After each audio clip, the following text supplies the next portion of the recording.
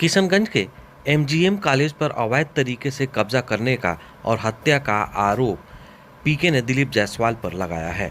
दरअसल जनसुराज के पार्टी और किशनगंज स्थित माता गुजारी मेडिकल कॉलेज यानी एमजीएम कॉलेज के संस्थापक श्री मोलेश्वर सिंह के परिवार के सदस्यों ने आज पटना में एक प्रेस कॉन्फ्रेंस कर खुलासा किया कि कैसे भाजपा के प्रदेश अध्यक्ष दिलीप जायसवाल ने गैर कानूनी अवैध तरीके से हर स्तर पर अनियमितताओं के माध्यम से अल्पसंख्यक सिख कॉलेज को पर कब्जा कर रखा है। जनसुराज के सूत्रधार प्रशांत किशोर ने इस पूरे मामले पर टिप्पणी करते हुए कहा कि बिहार के कानून की रक्षा करने वाले खुद ही कानून का उल्लंघन कर रहे हैं।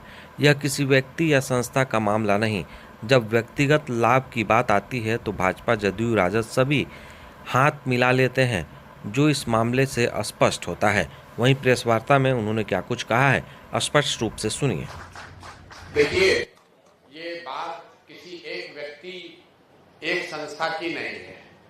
बिहार में जो कानून के रक्षक हैं, जिनके कंधों पर ये जिम्मेवारी है कि कानूनी व्यवस्था बनी रहे, कैसे वो लोग सरेआम कानून का उल्लंघन कर रहे हैं और किसी परिवार का, किसी व्यक्ति का, किसी संस्था का जो प्रॉपर्टी है, जो मेडिकल कॉलेज है, उसको न सिर्फ कब्जा कर लिया, उसको 25-30 वर्ष से अपने कंट्रोल में रखे हैं।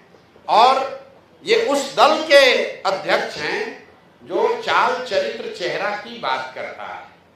ये वो दिलीप जायसवाल हैं जो बीजेपी के अध्यक्ष हैं और साथ ही राबड़ी देवी के मुंह बोले भाई भी हैं। ध्यान रखिए, ये कब्जा इसलिए नहीं किए हैं कि ये बीजेपी के अध्यक्ष हैं। ये कब्जा इसलिए कर पाए हैं कि हमाम में सब नंगे हैं।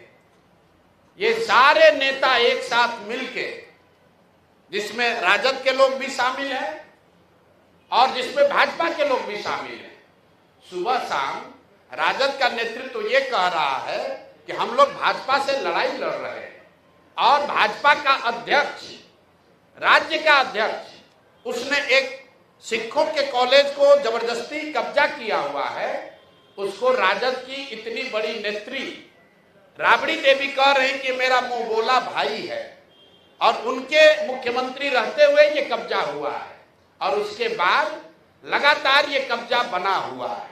तो ये दिखाता है कि भाजपा, राजद, जदयू, ये सब when it comes to personal profiteering, व्यक्तिगत लाभ की जहां बात आती है तो ये सब लोग आपस में मिल जाते हैं। आपने सरदार मोलेश्वर सिंह के बच्चों से सुना, लीगल स्थिति आपने सुनी। भाई, जो व्यक्ति उस कॉलेज में क्लर्क भी बाद में बने, पहले जो इन लोगों ने कॉलेज को शुरू किया उसके हेल्पर थे, फिर कॉलेज में क्लर्क बने, फिर उसके बाद वहीं पर एडमिनिस्ट्रेटर बने, फिर उन्होंने ट्रस्टी जो था उसी को हटा दिया, खुद ही मैनेजिंग ट्रस्टी या डायरेक्टर बन गए, अपने बेटे को ला दिया, अपने बहू को डाल दिया और जो लोग भी ओरिजिनल बनाने वाले थे सबको हटा दिया। उन्होंने जो किया ये तो बहुत गंभीर विषय है, लेकिन आपके हमारे लिए गंभीर विषय ये है कि बिहार में 25 साल से ये चीज चल रहा है, आज तक न किसी ने आवाज उठाई, न उन पर कोई कार्रवाई हुई, न उस आदमी को कोई डर है, बल्कि वो आदमी क्लर्क से बढ़ते बढ़ते अब भाजपा का यहाँ का अध्यक्ष बन गया है। ये कैसे संभव है? ऐसा नहीं है कि बीच में मामला उठा नहीं है। एक व्यक्ति राजेश शाह की इसमें संदिग्ध हत्या भी हुई है, उस पर केस भी हुआ है। उस परिवार के लोग मुख्यमंत्री के दरबार में नीतीश कुमार से आकर मिले हैं। नीतीश कुमार ने आज उस पर जांच की बात कही है और जिस एसपी ने साहब को, ये दिलीप जायसवाल को क्लीन चिट दिया है, अपेरेंटली उन्हीं की पत्नी के बारे में कहा जा रहा है कि उसको मेडिकल कॉलेज में एडमिशन देके उनको एमबीबीएस कराया गया है।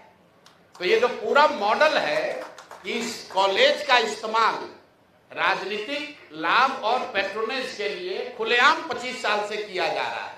अब एक आंकड़ा सुनिए, 50 से ज्यादा पॉलिटिकल लोगों के परिवार के लोग, एक तो नहीं 50 से ज्यादा अलग अलग पॉलिटिकल परिवार के लोग, उनके बच्चे, उनके परिवार के सदस्य बिना किसी एडमिशन टेस्ट के मैनेजमेंट कोटा से इस कॉलेज में उन्होंने एडमिशन लिया।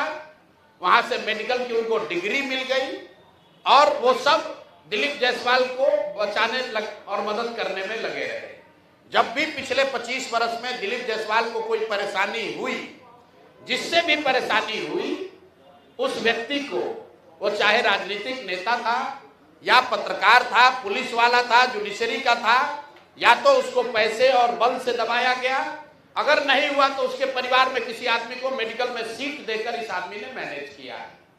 और इतनी बड़ी बात 25-30 साल से लगातार चल रही है और किसी की हिम्मत नहीं है कि दिलीप जायसवाल पर सवाल उठाए। तो जन सुराज ने तय किया है कि हम लोग इस मामले को न सिर्फ उठाएंगे बल्कि इसको समाज में, जनता के बीच रखेंगे।